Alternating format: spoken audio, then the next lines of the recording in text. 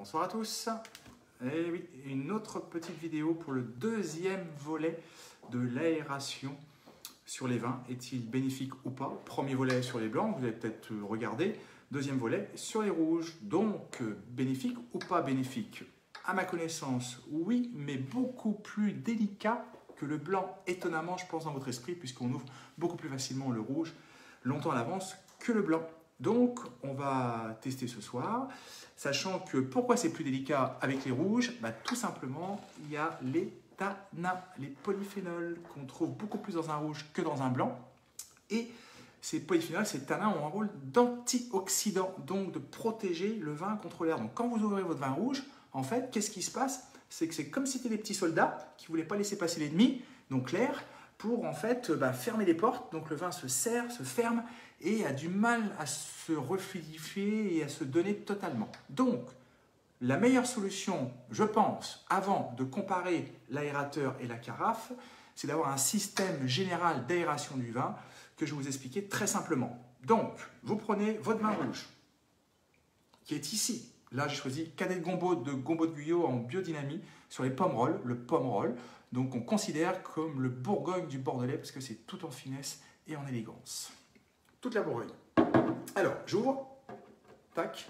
Quoique j'ouvre. Non, je n'ai pas besoin d'ouvrir en fait. Ce que vous allez faire donc, pour aérer le vin, c'est très simple.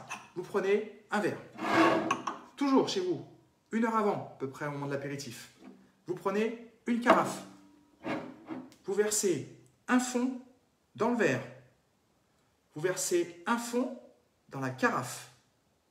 Une fois que vous faites ça, que vous avez fait ça,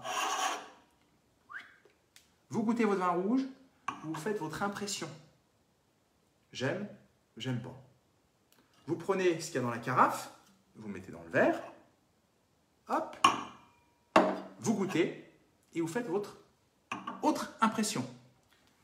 Si vous avez préféré la première impression, donc la dégustation dans le verre, vous prenez votre bouteille, vous la bouchez et vous la laissez comme ça pendant 1 heure avant le service. Et au moment de servir, vous la redébouchez et vous servez. Si vous préférez ce qu'il y avait dans la carafe, dans ce cas-là, vous prenez votre vin rouge et vous carafez. Ça, c'est la meilleure solution pour voir si le rouge, en fait, va être bien aéré ou en tout cas en toute délicatesse. Voilà, ça, c'est la première chose. Ensuite, le cœur du sujet de ce soir, bénéfice de l'aération, soit plus avec l'aérateur qu'on avait vu, qui laisse passer l'air pour désosser un petit peu le vin et lui faire prendre le maximum d'air, ou bénéfique avec la carafe. Donc, on va essayer tout de suite. On va déjà comparer le vin, hop, seul, juste ouvert. Donc là, en fait, j'ai débouché préalablement. J'ouvre, hop, voilà, tac, le petit bout de gaz, vous avez entendu, c'est normal, je vous avais expliqué la dernière fois pourquoi. Donc, je sers un fond. Donc là, j'ai fait rentrer une bulle d'air. Je vais goûter pour voir un petit peu comment est le vin, juste à l'ouverture.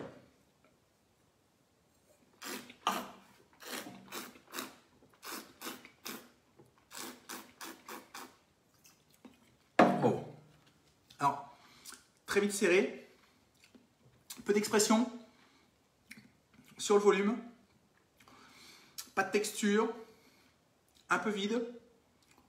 C'est pas l'extase. Indéniablement, on est dans un côté très dissocié et très introverti. Bon, donc à l'ouverture, néant. Donc là, déjà, on peut savoir que le vin aura sûrement besoin d'un peu d'air. Mais jusqu'à quel niveau? On va le voir. Et de quelle manière? Je reprends mon verre. Mon outil magique, l'aérateur. Je prends, je le mets au-dessus. Vous vous souvenez, tac, écoutez bien le bruit. Vous voyez la mousse dans le verre. Tac. Voilà, je le pose. Et je vois la différence entre juste ouvert et avec l'aérateur.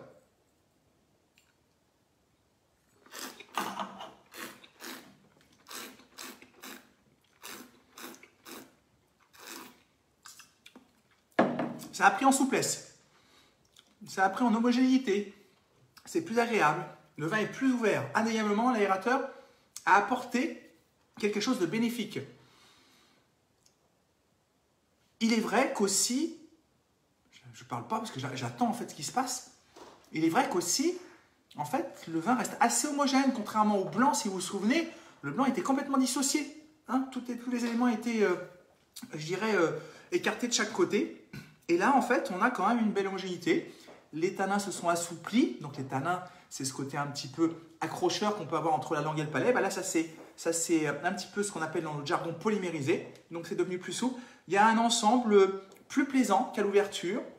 Voilà, belle complexité, joli toucher de bouche, belle homogénéité de l'ensemble. Donc, je dis que l'aérateur est bénéfique pour le vin rouge et bien plus que pour le vin blanc.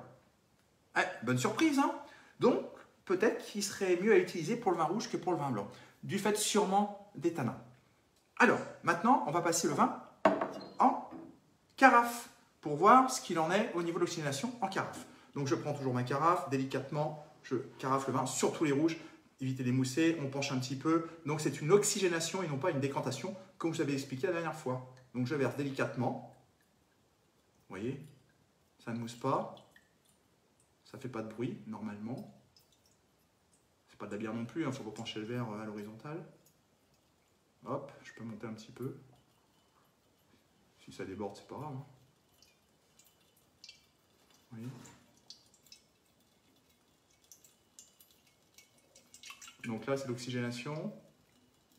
Donc j'affine mon filet, en fait, pour que le vin prenne un maximum d'air.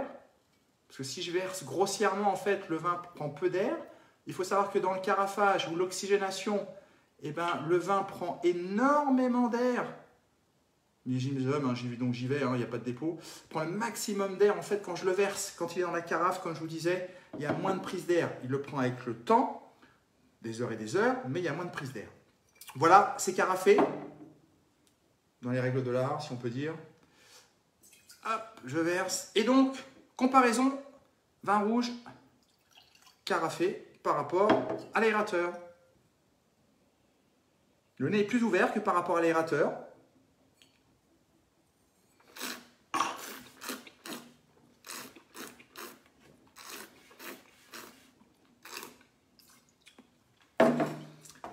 Eh bien, on n'est pas dans la panade. Moi, je vous le dis. Pourquoi?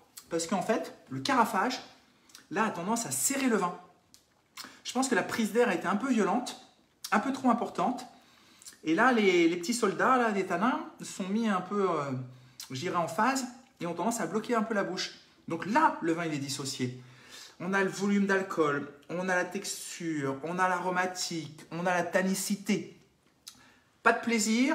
À la limite, ça durcit un petit peu et ça fait presque comme une petite note végétale qui donne un côté un poil féerique en fin de bouche. Bon, je pense que c'est juste une phase. Ça ne me pose pas de souci parce que le fruit et la texture revient derrière. Mais en tout cas, le carafage étonnamment moins bénéfique sur le vin rouge que l'aérateur. Donc, conclusion. L'aérateur plus bénéfique sur les rouges que sur les blancs. Le carafage, l'oxygénation en carafe, plus bénéfique sur les blancs que sur les rouges. Très intéressant, sachant que le système du départ que je vous ai montré pour l'aération quotidienne, le verre, la carafe, un fond dans le verre, un fond dans la carafe, on goûte l'un, on goûte l'autre, on choisit ce qu'on préfère. Je vous répète, hein, si on préfère le verre, on rebouche pour emprisonner ce qu'on aime. Si vous préférez la carafe, ce qu'il y avait dans la carafe, vous carafez, vous laissez la carafe comme ça. Ça ne veut pas dire que ce qu'il y a dans la carafe, dans quelques heures, reprendra forme. Mais dans l'instant T, l'aérateur, bénéfice supérieur à la carafe pour le vin rouge. Voilà, merci de votre attention. Attention, troisième volet, le plus percutant. Aération des effervescents. Alors je vous avoue franchement, il faut être un peu barré. Non mais les bulles, elles vont partir où? Et bien justement, on va tester, on va voir ce que ça donne. À la fois un conseil dans l'aération et un conseil entre, ou en tout cas un essai entre l'aérateur et la carafe. Oui, on va carafer un champagne. Oui, oui, vous avez bien compris. Enfin, un champagne ou un effervescent. À voir. N'oubliez pas, likez, partagez. Merci de votre confiance, de votre fidélité. Voilà, j'ai plein de choses à vous dire avec le cœur, mais en tout cas, je vous laisse et je vous souhaite un agréable week-end. Ciao!